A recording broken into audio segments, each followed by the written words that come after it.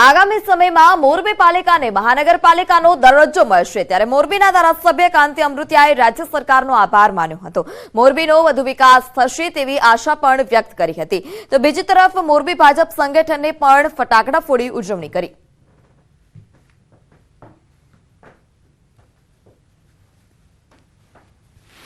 આમાં કોઈ એવો વધારો નહીં આવે ટેક્સનો, માત્ર 5-15-20% જ આવે। અને બીજું કોર્પોરેશન હોય તો કેન્દ્ર સરકાર અને ગુજરાત સરકારની ગ્રાન્ટો આવે, અધિકારી આવે, સારામાં સારું ડેવલપમેન્ટ થાય, બાયપાસ રસ્તા મળે, ટ્રાફિકની સમસ્યા હલ થાય।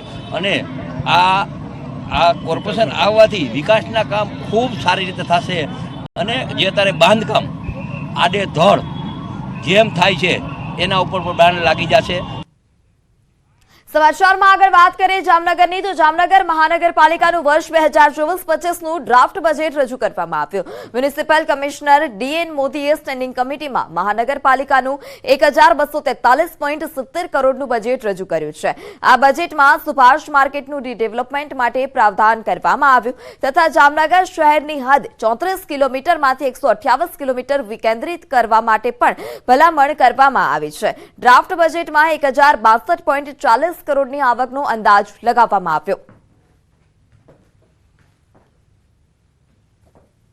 24-25ના અંદાજપત્ર તૈયાર કરતા આપણે ઇન્ફ્રાસ્ટ્રક્ચર અને ભૌતિક સુવિધાઓની કામો ઉપરાંત કેટલીક અગત્યની કી બાબતોનું પણ ધ્યાન રાખવામાં આવેલ છે। શહેરનો સમતોલ અને યોગ્ય પ્રકારે વિકાસ થાય અને તમામ નાગરિક સુવિધાઓ આપી શકાય એ માટેના સારા અર્બન પ્લાનિંગની વાત છે।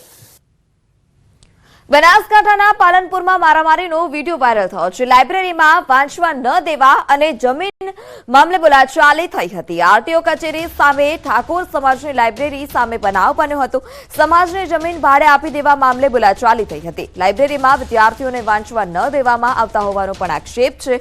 15 દિવસીય વિવાદ ગઈકાલે મારામારી થઈ હતી। બંને પક્ષોએ છૂટા હાથની મારામારી થઈ। પાલનપુર પૂર્વ પોલીસ મથકે ગુનો દાખલ કરાયો છે।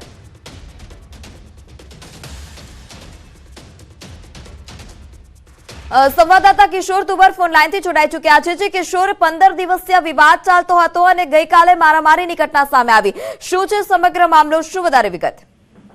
ચોક્કસથી પૃથ્થા આપને જણાવી દઉં કે છેલ્લા 2 મહિનાથી જે પાલનપુર આરટીઓ કચેરી સામે ઠાકોર સમાજની લાઇબ્રેરી આવેલી છે તેના અંદર વિવાદ ચાલી રહ્યો હતો અને છેલ્લા 15 દિવસથી જે વિવાદ ચાલી રહ્યો હતો તેમાં સમાજની લાઇબ્રેરીમાં વિદ્યાર્થીઓને વાંચવા ન દેવા અને સમાજની જમીન ભાડે આપી દેવા મામલે બે પક્ષો સામે આવી ગયા હતા અને ગઈકાલે મારામારી પણ થઈ હતી અને જે તેનો વિડીયો છે તે અત્યારે સોશિયલ મીડિયાની અંદર વાયરલ થયો છે।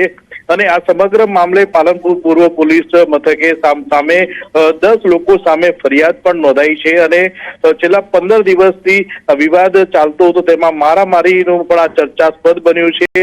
ગઈકાલે જ્યારે વિદ્યાર્થીઓ કલેક્ટર અને એસપીને રજૂઆત કરવા નીકળ્યા હતા ત્યારે પાલનપુર પૂર્વ પોલીસે વિદ્યાર્થીઓને રજૂઆત કરતા રોક્યા હતા અને અત્યારે તો આ સમગ્ર જે વિડીયો વાયરલ થયો છે તેને લઈને સમાજના જે અનેક આગેવાનો છે તે આગેવાનોમાં પણ રોષ જોવા મળી રહ્યો છે। જી કિશોર, સમગ્ર માહિતી બદલ આભાર। તો સમાચારમાં આ સમય થયો છે વિરામનો। આપ જોડાયેલા રહો ન્યૂઝ 18 ગુજરાતી સાથે।